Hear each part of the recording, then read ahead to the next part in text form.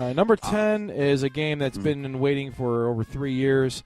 This is on the Windows. This is StarCraft 2, Wings of Liberty. I thoroughly enjoyed this game. I really enjoyed the story. I enjoyed the missions. It's your typical real-time strategy. You got to mine the little minerals and create your units and defend and destroy different objectives on the map, and it's pretty much what it is. I really enjoyed the game. It was number 10 because it did have some of the areas that were like little downfalls. Like, one thing I liked about it is if you were on a mission that you were having trouble with, you could go back and play that mission at a lower level, and then if you felt that it was too easy, you could bump yourself up on the next mission. I really thought the graphics were amazing. Absolutely a must-own if you were a fan of StarCraft. Looks good. That's what I like about it. I don't have a great enough PC at the moment to run it, but it looks fantastic. I absolutely love. I still play this game every now. Number 9, let the retro fans rejoice. Donkey Kong Country made a comeback this year. Donkey Kong Country returns. And what they did to this game is phenomenal. This is one of the best-looking Wii games. It is a side-scroller. It's everything you know about Donkey Kong Country, minus a couple things like the famous enemies. The Kremlings are not back. They've been replaced by these tiki things. Tiki guys, yeah. It's tiki guys. But, I mean, honestly, this game is just fantastic. If you've not played Donkey Kong Country, I don't know what to tell you. I mean, pick up this one. This is Retro Reborn. Oh, and I love the fact that they included a lot of the old music that was in the originals. I also think it's kind of neat the way they you can only now play as Donkey Kong. You can't play as Diddy. Well, there's ways to play as Diddy. It is a co-op game, let me tell you. Oh no, I know that. I'm saying, but I mean, if you're doing single player though. Oh, you still can if you want to just pick up a second Wii remote and just use the second one instead. Oh well, that's yeah. It's kind of hijacking the game, but this is Retro Reborn, and definitely this is why it's in our top 10. Definitely a good game. All right, number 8 is actually surprising. A sports game made it this high. This is NBA 2K11. I purchased this game. This came out in October. I bought this game maybe about a month ago, and I can honestly say, wow. The very first time you plugged the game in, this is what blew me away. Now, Harmac, are you a Chicago Bulls fan? Yes, sir. Were you a fan back in the 90s when Jordan was there? Oh yeah. Well, I will just tell you this. When you first start this game off, you put it in for the very first time, the game starts you off as the 1991 Chicago Bulls in the finals against the Lakers. And you have Jordan and all the real, the starters on there, and they have the benches, a bunch of fill-in nobodies. But you can play the 7-game series against the Lakers. The Magic Johnson and James Worthy, Byron Scott, those guys are all in the game. Don't you start that when you turn the game on? Don't they put you right into the final game? The very first time you play it, you play that game, right? And the cool thing is, this game, the graphics are absolutely amazing. You can just see like the uniforms of the players when they sweat, they start to get stained, or they start to get sweat. You can see the sweat on them. You can play the association mode, which is like a career, or you can do the thing where basically you start off as like a no-name character and you work your way up through the draft. You get drafted and you try to vie for minutes, and it's just kind of like how 2K10 was. But the graphics, the gameplay in this game is so much more refined. It's a lot of fun to play. I've played this game hours and hours and hours with my pretty sad Cavaliers, but I still enjoy playing it. And honestly, the one cool thing is you can actually download and play as Michael Jordan as a rookie. There's a code you can put in, and you will become Michael Jordan and be drafted as a rookie, and you play his career. Nice. It's really cool. Number 7? Number 7 was Rock Band 3, and there's many reasons why this made the top 10 list. This is another debatable game. People say that the music genre is not where it used to be a couple years ago. I completely disagree. This game has rewrote the music genre. Oh, absolutely. I mean, this game, you have your traditional band elements. You have your guitars, your plastic ones. You've got the drums. Now with revamped drums. Now you've got cymbals. And you have pro drums. So basically, you have you have 3 cymbals, and then you have the regular 3 sets of drums. You have pro cymbals. You have the keyboard that they've added, which is That's awesome. Harmeg. I have a newfound respect for you after seeing you on that keyboard, buddy. Let me tell you. I have a newfound respect for you on those drums, man. Yeah, the drums are so much easier this time around. Oh man, he was kicking ass. Also, let me tell you that the other cool thing about the keyboard is you can use it as a guitar. If you don't have two guitars, you can play the guitar notes, because really, realistically, out of the box, there's only about 7 to 10, I think, keyboard-enabled songs. Well, on downloadable, there's about 70 right now that they. Oh yeah, if you, but, I mean, I'm talking out of the. box. Out of the box, right. Yeah. Right. Of course, there always is downloadable content, but now they've just released the real guitar with the strings, which completely reinvents the wheel on the guitar mode. I hear they're coming out with a bass for the game. I mean, this game is this will be the definitive music game for the next couple of years, and it's just going to get better. Absolutely. Coming in at number 6, released in March, this is God of War 3 on the PlayStation 3. Classic hack and slash action adventure type game. Now, I was a big fan of 1 and 2, and I just kind of, everything I've read about 3 has just been blowing everything away. I unfortunately have not had a chance to play this game, but everything I did the research on, I will be purchasing this game very soon. Real quick, I checked the demo, and let me tell you, I was blown away by the amount of gore. And the graphics in this game are just completely insane. You're ripping heads off of bosses and you're beating them with them. The demo is incredible. If you have not played the demo to get to God of War 3, at least do yourself the honor of playing the demo, but definitely buy the game.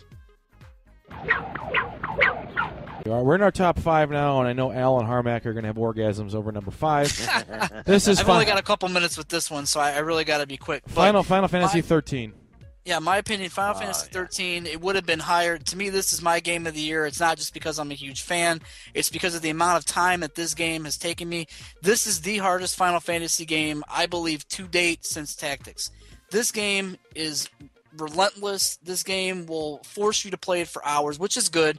The only drawbacks were they did completely revamp the battle system, so there's quite a bit of a learning curve. You have to learn your battle tactics. You have to learn what each tactic means. You have to know what your synergists mean, your sentinels. You have to know all of that. There's a Crystarium system where you learn all your skills. I am so used to the Final Fantasy series where you basically play through the story, and right before you go to face the final boss, where everything culminates, you go and you do your side quests. This game said, no, you're not going to do it that way. You're going to finish the story mode, which you do in about the first 50 to 60 hours of the game. Then you get your what are called marks, or different bosses or different hunts that you have to go find after the game is completed, which are 64 of them. Turns out that a couple of these marks are completely impossible to kill without at least 20 to 25 hours worth of grinding. And I wish I was making that up. Right now on my timer, it's 147 hours. Oh, shit. Jesus, Al. Yes, and I have 4 or 5 marks to go. So this game has kept me busy. I love the battle system. The story, if you say that the story mode in this game is a drawback, you number one have not read all your menus, because the menus have different story elements that they outline. Yep. And you can read about it. I mean, that goes into depth, man. The whole world is depicted. They have this whole world. This is a livable world that you basically read about. And, I mean, they could make a whole series based on just this number game. It is fantastic. I mean, there's not much more I could say about it. And if you think that this game should not deserve this spot, you either, number one, don't understand how the battle system is, or you don't have the patience to read up about what you're playing or why you're playing it. Mm-hmm. All right, number 4 came out in November. This is Call of Duty Black Ops. This would be my game of the year, but there are obvious reasons. I think the 3 ahead of it deserve it. Basically, first-person shooter. I've been logging countless hours in the multiplayer. It's basically, I think it's 10 times better than Modern Warfare. I agree.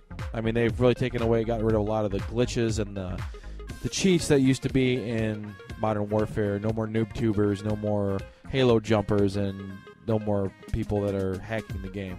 Yeah, if you're a noob tuber, you won't like this one because you can't get away with it anymore, and that's good.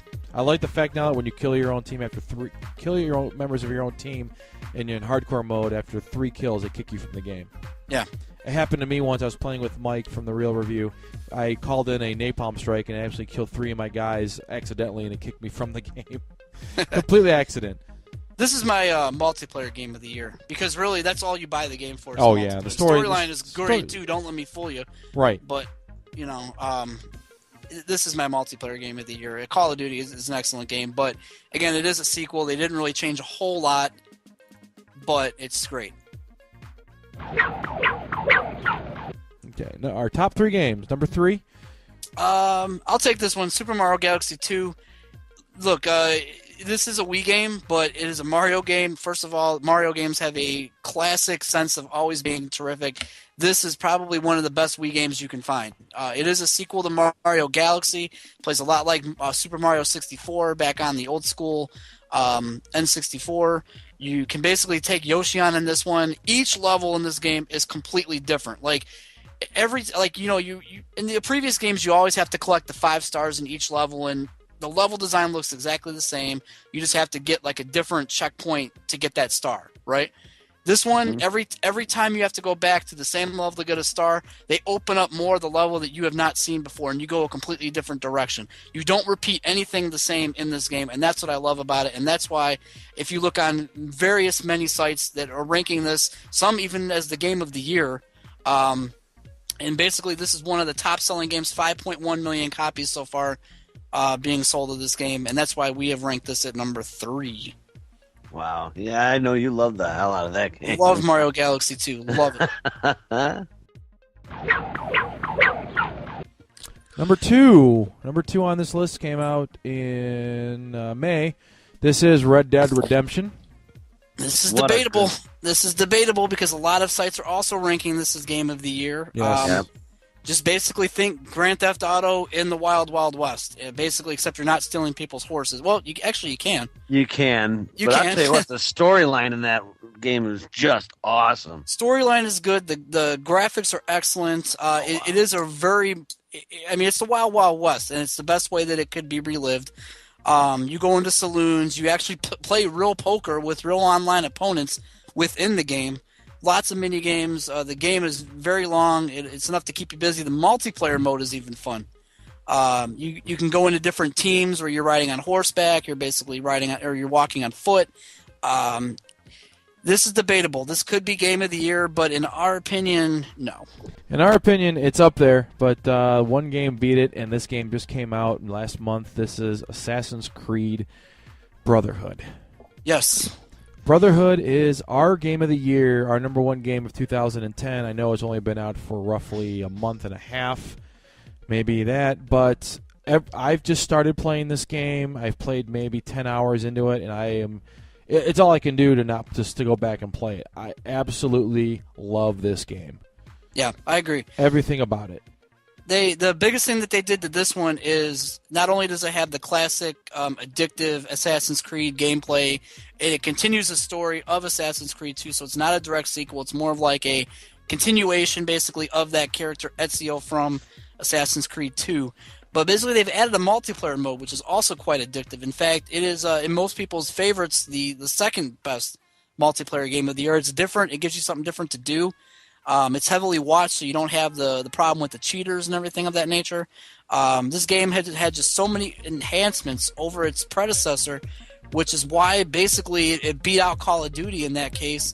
And it's just something different. The graphics are phenomenal, and it's Assassin's Creed. You can't do much better than that. Absolutely. Game of the year. Absolutely. Our game of the year is Assassin's Creed Brotherhood.